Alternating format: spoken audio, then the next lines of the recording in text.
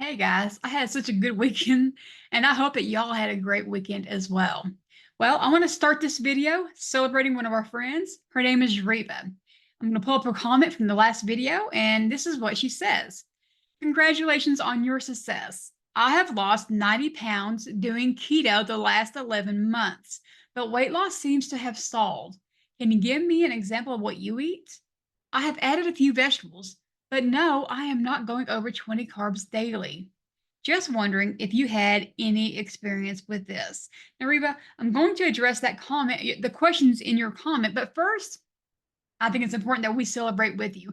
90 pounds lost. Girl, there's an applause right there. Have you actually let that sunk in to your mind? Just how much you have lost? Do you have anything around your home that's 90 pounds that you can lift? Don't hurt yourself. But have you tried lifting 90 pounds? That's a lot of weight. You have done so good.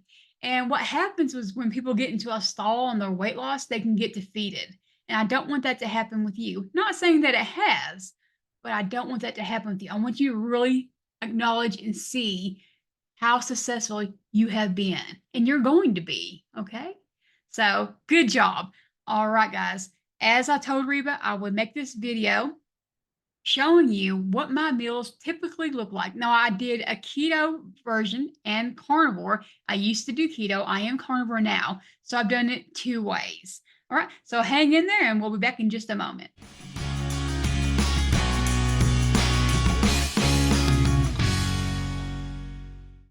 Hey guys, my name is Susan and welcome to my channel. If you are new here, I have been living a ketogenic lifestyle for 1.5 years. You can catch up on my health journey by watching some of my other videos, which I'll have posted somewhere around here at the end of this video. Okay, Reba, so first, if you would go ahead and put in the comments section below, what vegetables are you referring to that you said you have added in? And does that mean you're typically carnivore and you're just now adding in some vegetables to see how you do? But I'm curious to know what vegetables you are eating. But first, let's start with my foods that I ate on keto and I currently eat as a carnivore. Now, for my keto foods, which I'll start with, I didn't put any meat in here because I'm going to do carnivore and I'm eating the same meat now as I did on keto.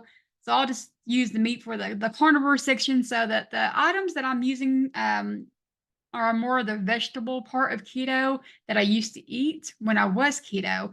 And guys, these images are from the internet because I don't have these images in my house or I don't have the food to take images of in my house uh, on my plate because I don't eat them anymore.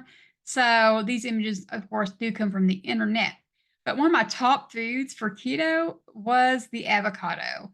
I love avocado. It tastes great and it's got such high fat content, but you got to be careful. It has a lot of carbs in it. Now I know there's fiber in it, and it didn't spike me, so it was good for me to eat. But just be mindful of the carbs in it. That was definitely one of the foods I ate a lot of on my keto journey. The next one would be zucchini. I love zucchini and I love squash. And there's so many different things that you can do with zucchini and squash.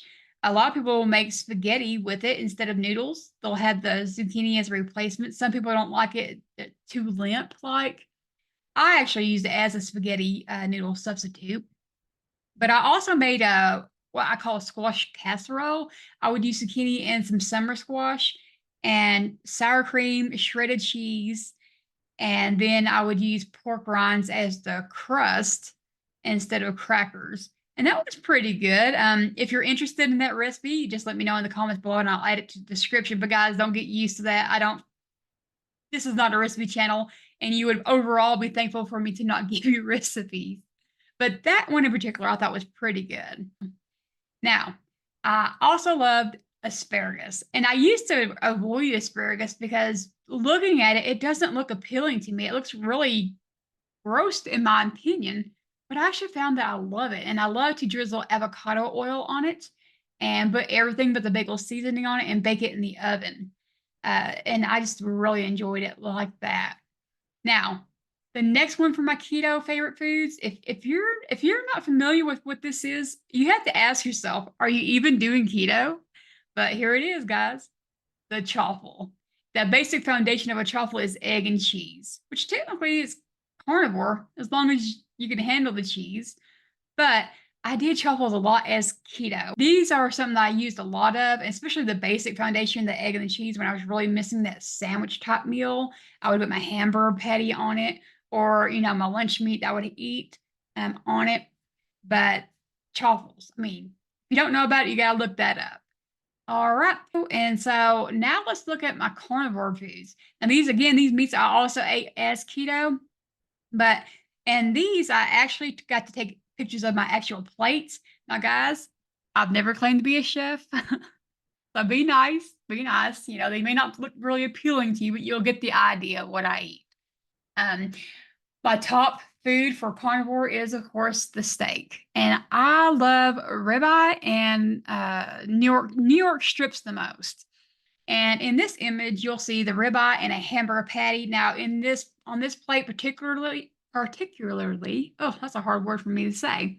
Um, I had the ribeye, and I actually had two of those hamburger patties. The other one was still cooking when I took this picture, and so that was my meal, and that's all I ate for that day, guys.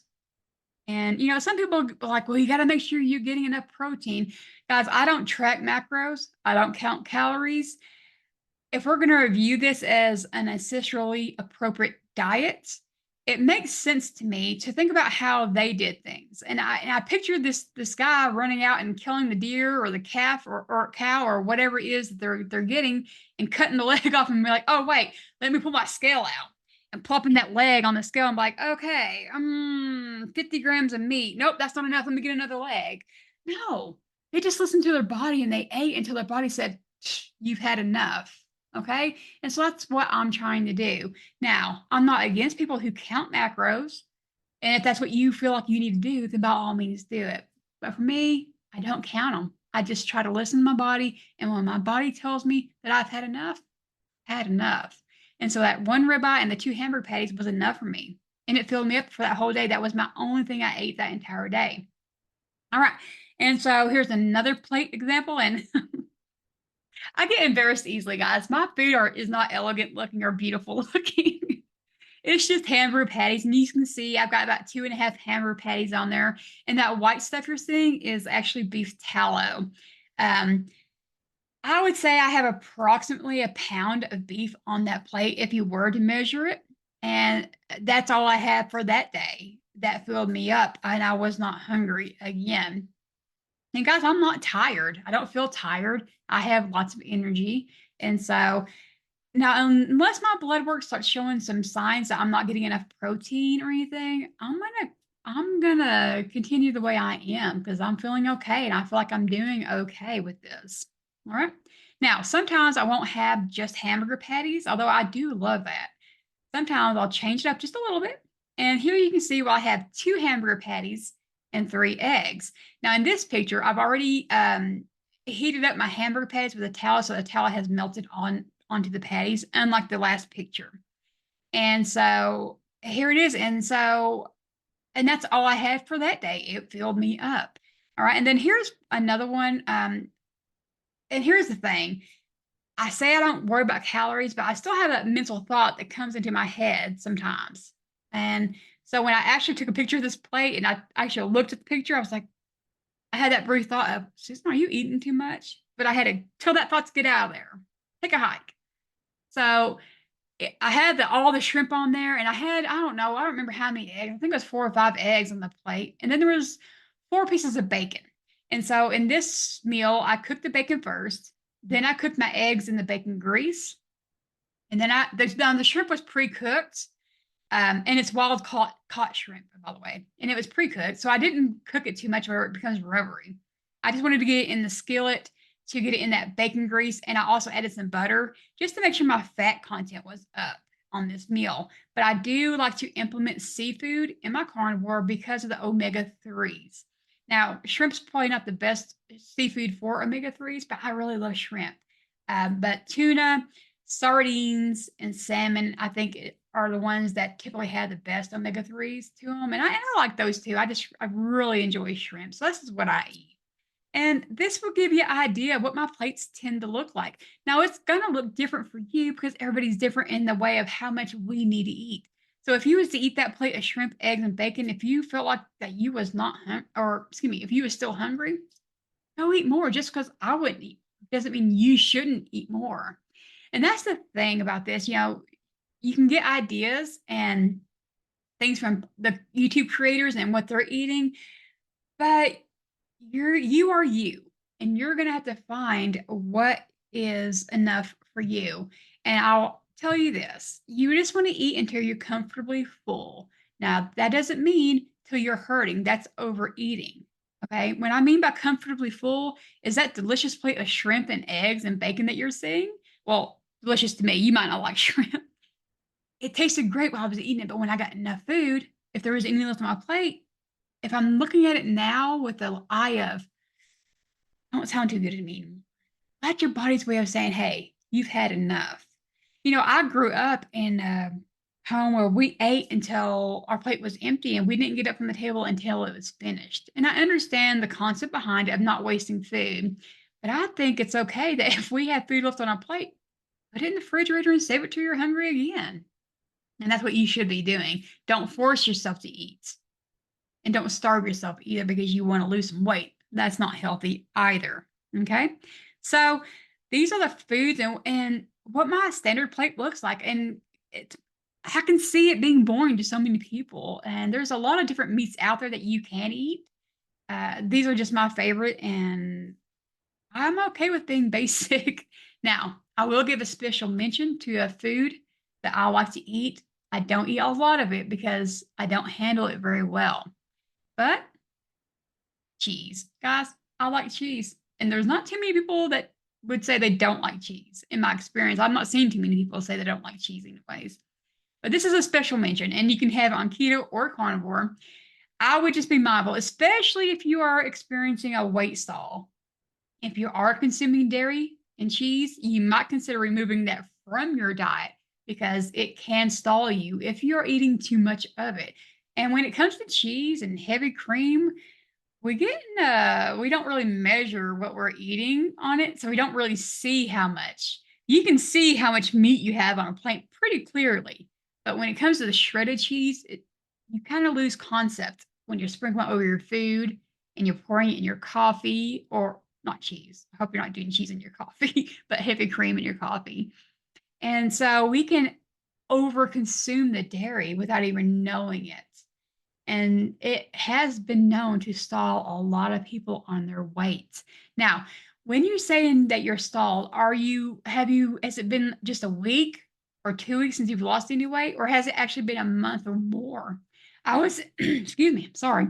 I would say if you're not losing any weight after a month, then maybe you're getting into a stall. But look, if you've lost a lot of weight already, your body might just be like, okay, hold on. We've lost a lot of weight here. What is going on? Because your body don't realize that you're intentionally trying to lose weight. All it knows is it's lost weight and it's meant to make sure that you're okay. So it might put a stall on it on purpose.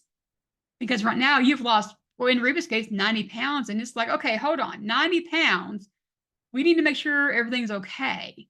And then in time, it'll realize, oh, you're fine. We'll let some more of this fat go. So it could be just that. You may not even need to adjust anything. But here's another thing to remember. As you lose weight, you probably don't need to eat as much. When I was 283 pounds, I could put away some food. But now that I'm 183, I don't need as much as 283 version of me needs. And that goes back to just listening to your body. Your body is intelligent and it's going to let you know. We just have to slow down when we eat, give the food time to go from our mouths to our stomach, and let those hormones let us know when we've had enough. Our bodies will let us know.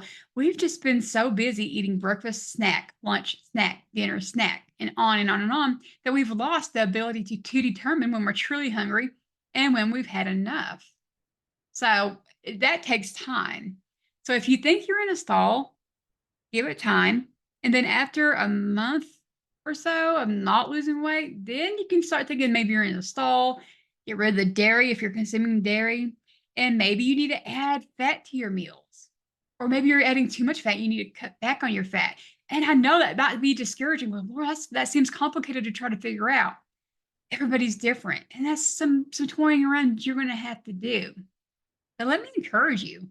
Your body is going to get rid of that fat, okay? You might be eating too much in one meal. I always say that fat and protein do not spike your blood sugar and insulin, and that's true. However, if you are eating too high of a protein in one meal, you can end up spiking it just because you've ate too much of it and maybe not enough fat with it. Or maybe you don't need to be doing one meal a day. Break that meal down into 2 meals a day so you're not having as much protein in one sitting. Because let me tell you something else you might not know. In the presence of insulin, you do not burn fat. Okay. So your insulin has to be lower to burn the fat, which is why people see success when they're fasting. But I don't want you trying to starve yourself to lose weight. Let the fasting be a natural thing if you're going to fast. Okay. But if you're not spiking your insulin and your sugar, then you're going to lose weight. So that brings me back to the vegetables that you have brought back into your life. If they are vegetables that are known to be carby, you may be just consuming too many carbs for your body. Now, you said that you're not going over 20 grams of carbs a day, and you've seen 90 pounds successful weight loss, so this may not be true for you, but it's a thought. Maybe you need to lower that carb intake below 20 grams a day. I don't know. You'll have to figure that out by just trial and error. Try it out. Try going if you haven't been carnivore, try it. I'm sorry, I don't know what's going on with my voice right now. Try going carnivore for 90 days. I'm not saying you have to do carnivore for the rest of your life. But if you're going to do carnivore, give it 90 days. And I mean give it a true 90-day. It's a good experiment diet. Well, you remove all the vegetables and this extra stuff that you're eating on keto. You give it time to get out of your system, gives your body a reset. And then at the end of the 90 days, if you want to reincorporate some of these vegetables that you love, and let's say it's broccoli that you love, start with just broccoli, put that back into your meals. And if it does nothing to you, okay, broccoli's okay for you. But if it causes you bloating or gassiness, that means your body's not liking broccoli. It does that to me. My body does not like broccoli. Okay? But everybody's different. And you can determine for yourself what you can eat and what you can't just by doing those experimentations. In there, Reba, the weight loss will come again. Don't let it get frustrating. You've done such a great job. And let me look at your comment again. I want to make sure I've answered all your questions. Oh, you want to know if I've had any experience with this. Reba, I've had weight stalls in my journey, especially from February through May of last year. I stopped losing weight. I would go back and forth 5 pounds, up and down the same 5 pounds, which is, typically your body does fluctuate weight. Okay, so I wasn't really gaining it. It was just me going up and down like, our bodies tend to do. But I wasn't losing weight. Now, looking back, I can see that I was overeating in those months.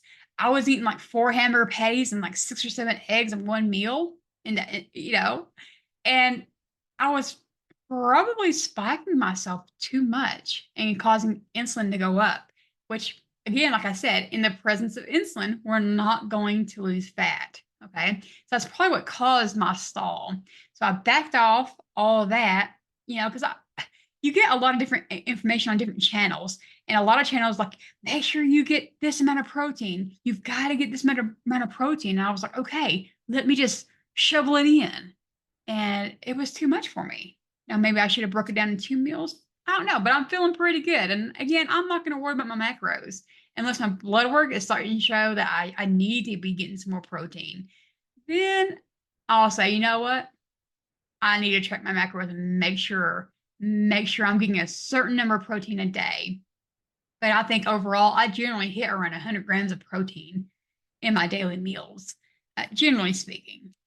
All right. Well, Reba, I hope this has answered your question. And it's been a pleasure, my friends. I can't wait to see you in the next video. Bye-bye.